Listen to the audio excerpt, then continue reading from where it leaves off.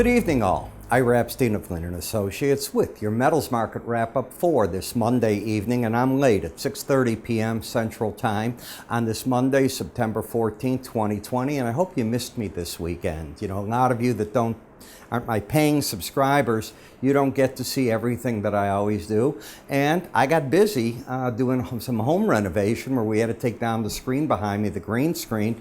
I did that on actually the Friday morning and couldn't put it up until just maybe an hour ago. So we've got everything back up. It's not just the screen that's the problem, it's a whole studio.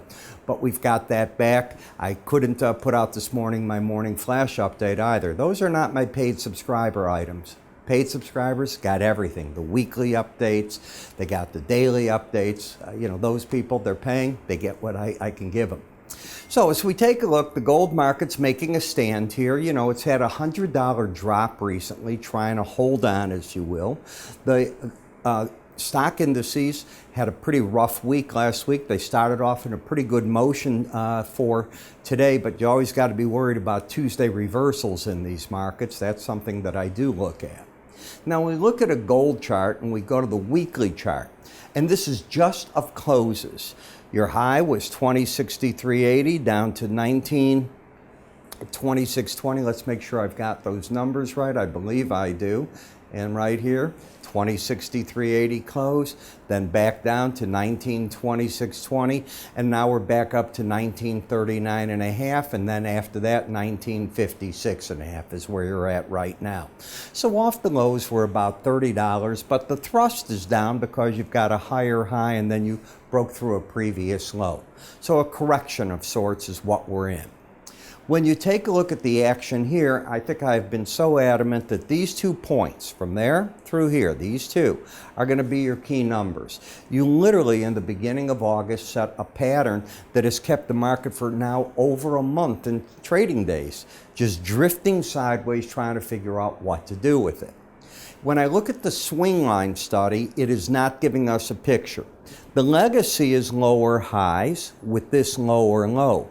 But with the action today, you now have also a pattern of this low with a higher low.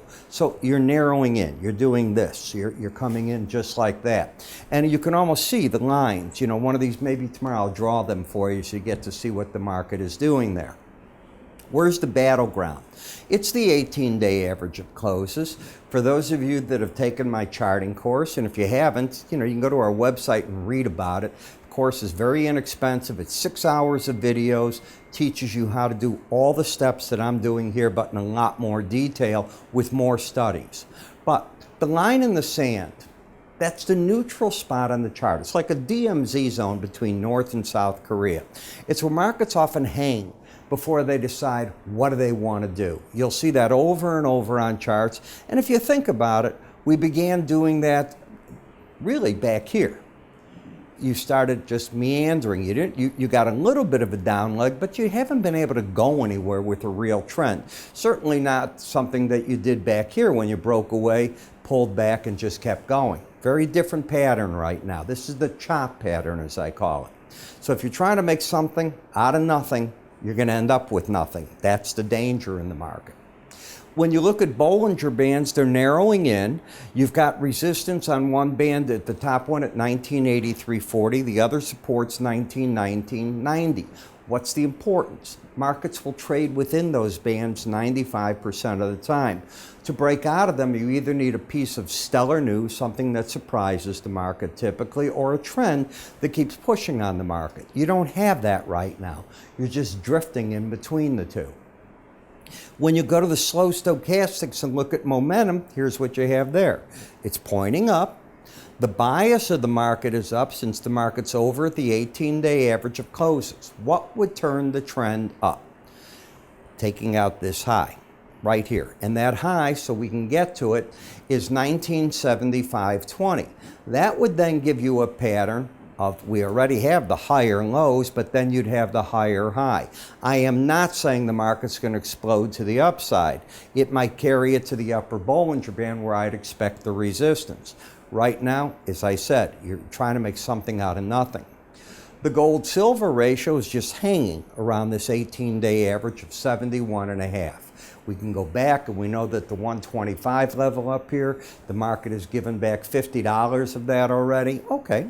And when we go to silver, you're trying to make a story. Well, I wish you the best, but you're just hanging at this average. The hardest thing for traders is doing nothing. It's the absolute hardest thing. That money's in your account and it's like DraftKings. You got to bet on it. You got to get the bets in this weekend. No, you don't. You're waiting to deploy your cash, is my opinion, when you see something there. You have a sideways action. However, like gold, if this market just gets up and over 27.75 and a half, hitting 25.76, 27.56, I could then at least make an argument of higher lows, higher highs, and I would expect to see buyers show up at this area here in the 27.28. Will they step into full-size contracts, trade minis? That's something we should talk about because that's still a $50 risk, $2,500 a contract. There's ways to deploy your capital with that. In the copper market, I don't know what the right lows are. What I can see is a pattern of lower highs, and I certainly can see that's the lower low, but is this the right one or that one? I don't know. And when I don't know, what I try to do is just figure out where do I go with that. And where I go with it right now is just sort of drifting right here. In the platinum market, we've done a very effective job of going to the lower Bollinger Band, and if you didn't cover a short there, as I often say, the first challenge of a Bollinger Band is where I think the pros take money off the table. And I realize when it's there, you're all saying it's going even lower. Now it goes back to the upper band. You are not in a trend there. And in the palladium market, we have a pattern of lower highs, lower lows. The problem is, while the trend is down, the bias is up since you're over the 18-day average, and momentum is just flat as can be. Last, the dollar index. Today, the market set up a pattern of lower highs, lower lows, but didn't throw out a sell signal because the market is not closed under the 18-day average of closes. The combination of closing under that and getting the stochastics to roll would be the first signal I've had in a while that maybe the market wants to head back down to the lower Bollinger Band, but I'm not seeing those stellar big gains. The market got to come out of this sideways action either to the upside or downside to get what we call that next move.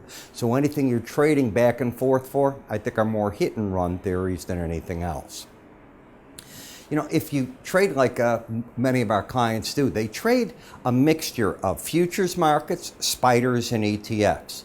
Because of that, I created a couple of months back and put together a package where I cover the spider ETFs in the afternoon at 4 o'clock for the clients, and then at about 5:30 to 5:40 in the morning, not 4. 4 I'm up reading, but that's when I start recording for you my futures video. I cover everything. Let me tell you why the two tie together. You're not going to move the ETFs or the spiders very much unless the futures are going that way. If you're down, let's say, 500 points in the Dow, do you honestly think that your DIA is opening higher? I don't think so. So you have to learn how to play the two. And when I'm throwing out buy and sell recommendations, very specific ones for the clients, and teaching them why I'm saying what I am, it's a game here of not just reviewing the charts, but teaching you over and over a discipline of trading. What you do with that is certainly up to you. I'm not looking to manage your money, but I am looking to influence you into a discipline. How do you get access to this? It's really simple. It is not expensive. You're getting the 2 videos there. There's 2 a day. Then you're getting the weekend longer term videos, both on the futures and the spider ETF, $16.90 for the first 30 days. What do you have to lose? All you need to do is go to our website under the word research. It's all explained there. I'm Ira. You have a good day.